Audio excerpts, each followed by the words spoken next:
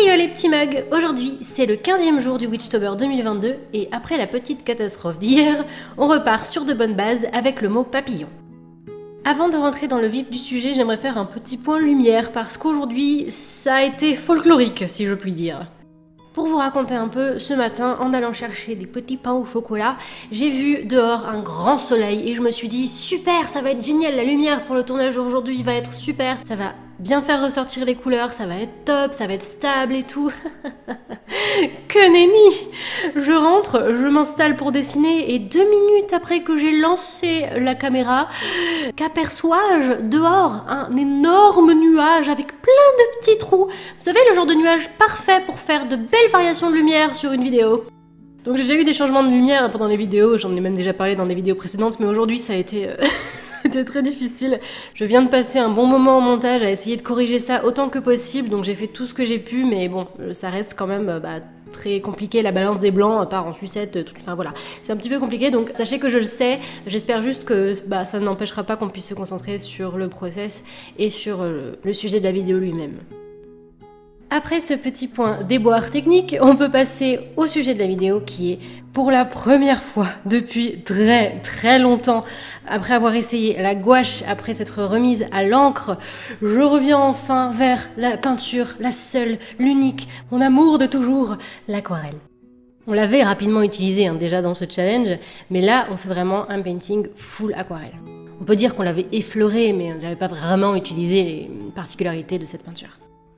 Et en remettant un peu le pinceau dedans, je me suis rappelé pourquoi. Pourquoi c'est elle, the chosen one, l'élu. Elle est toujours tellement agréable à travailler, c'est pas du tout facile parce que c'est pas comme la gouache, on peut pas forcément rajouter de blanc, à part si on veut utiliser de la gouache par-dessus.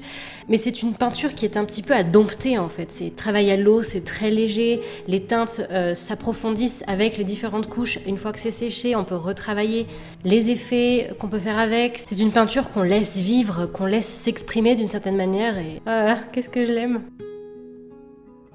Pour en revenir au mot du jour, il faut croire que celui-ci m'a beaucoup inspiré aujourd'hui puisque c'était Papillon et ça m'a permis d'imaginer une histoire autour de ce personnage parce que vous devez vous dire mais attends, c'est le Witchtober, c'est censé faire des sorcières, ça fait plus fée mais elle a des ailes de papillon donc en fait on sait pas trop.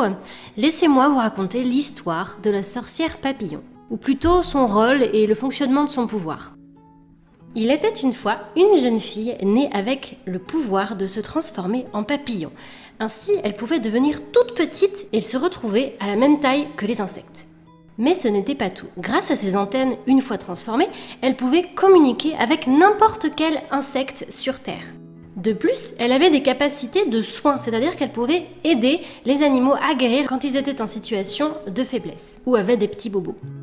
Elle prit donc l'habitude très tôt de venir en aide aux insectes qui étaient dans son jardin étant petite, mais se rendit très vite compte qu'elle aidait régulièrement les mêmes insectes à se soigner parce qu'ils se blessaient souvent de la même manière.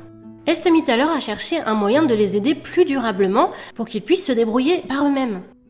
Lui vint alors en tête une solution.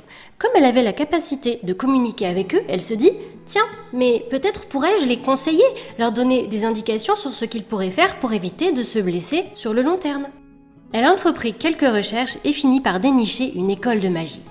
Celle-ci proposait des activités de pratique de la magie, surprise pour une école de magie, et également des cours de sciences et vie de la Terre, ce qui lui permettrait de se perfectionner dans l'utilisation de ses pouvoirs, ainsi que d'en apprendre plus sur la vie des insectes pour pouvoir mieux les conseiller.